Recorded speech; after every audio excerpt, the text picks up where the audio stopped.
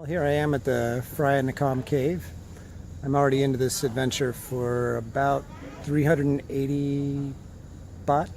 It's 200 for the bike rental, 100 for gas, and 80 to fix the flat, which I noticed just as I left town, but didn't feel like going back to get a different bike.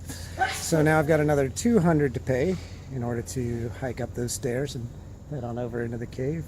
The other option is I can take one of the boats out by the water for about 200 each direction, which for a grand total of 400 baht. But you know me, 400 baht, that's a pretty elegant meal in town. I'm not doing the quick easy trip. I'm going to head up this staircase for what did it say is a 2-kilometer trek. I'm not sure how that's going to take in terms of time, but I've heard from a couple people it's pretty difficult. So anyway, here we go. Start time 10:15. You can see the views get better as I climb, and just another reason why it makes more sense to take the hard route, the boat route. You certainly wouldn't get this view from down below. And there's my continuing upward trek. Taking a little break here. 2 kilometers, I was thinking, is pretty much a useless definition of distance for me. I can handle larger distances. I mean, I know that 100 kilometers is about 60 miles, so I can break that down and divide it by half, 50 kilometers being 30 miles, etc., etc. I can break that down till we get to about 10, and then after that I can't do it any further. It becomes fractional. So I'm thinking 2 kilometers is probably just around a mile, so shouldn't be too bad. Given that most of this region is made up of giant limestone karst rocks, I'm a little surprised at what appears to be marble stone leading up the walkway. It's a little slippery. I'm just glad it's not raining today. Ooh, I've reached a crossroads. What to do here? Down or up?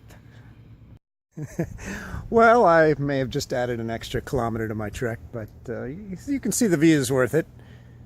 Get pretty much the whole bay. That's where I'm headed. And that's about where I came from. Well, it's gotten a little sunny out, so I added my hat. Just came down those steps, and now I'm on this beautiful stretch of kind of flat, open beach with trees in front of it. That's where the boats seem to come in. I came across a sign here that told me which direction to go for the cave. Phraya. I love the indication for cave here. Sets a expectation of excitement. Well, here's where the boats come in, and I just saved myself about 400 baht by walking 15 minutes from the ranger station. It was funny, yesterday I talked to a couple girls at the hostel, and they were telling me that it was a really difficult climb. And this is not the first time I've heard this from people in their 20s, that's something that's a lot more challenging than it actually is. Apparently I have the health that exceeds that of a 25-year-old.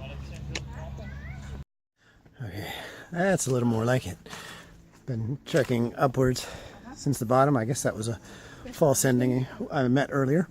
And I've got about 700 meters ahead of me, all uphill apparently. So I'm huffing and puffing, as you can see, but I'm determined to get up there. 10 minutes maybe. Anyway, ahead of the hordes behind me. That's important. Oof, there's still quite a bit of climbing left. I'll tell you what, I'm not sure how that boat trip saves you a whole lot, other than the easiest part. If it gives you a false sense of security, as it did me. But continue on, I will.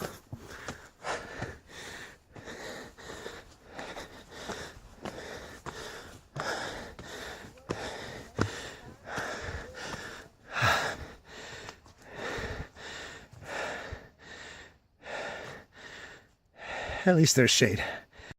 Finally, all this sweating is beginning to feel like it's worth it. Look at these beautiful rocks. That's where I came from. And if you can see that dark spot down there, that's the cave I'm headed to. This really is a pretty phenomenal looking cave. You can look up above me, see the rocks and the opening in the cave. And as I turn around, you can look into the depths of the cave where I'm heading next. Well, this is pretty much what we were looking for. the temple inside the cave. Best view, of course, is from the way back corner here. But from that corner, you can get a good view of it, especially if you come in the morning and catch it at first light. As you can see, I made it here fairly early, got ahead of the biggest group of tourists, so I'm enjoying it mostly to myself. Well, I noticed the rock behind me is covered with all kinds of white markings. I can't quite figure out what it is. Since this is a monk's cave, I would imagine it's not open for climbing. So maybe we just have some spelunking monks. The rock here is pretty stunning if you look at it. And then all the way up to the top of the cave. I'd say this thing is at least 500 feet deep. Certainly wouldn't want to be caught here during an earthquake. It's a good thing they've got all these sticks and rocks to hold the cave up in just such an emergency. All right, headed back down now.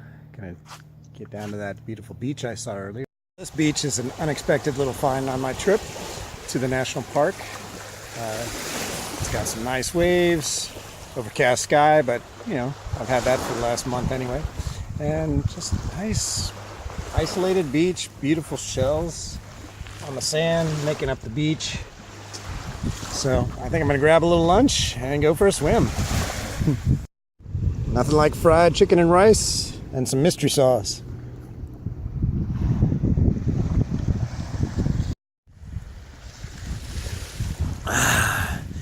Enjoying some of that delicious sewer water I filtered this morning.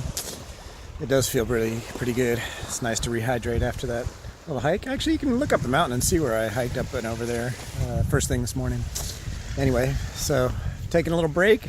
Now I think I'm going to start heading back towards the town of Hua Hin. Supposedly there are a lot of nice little fishing villages along the way, so I want to check those out on the way home.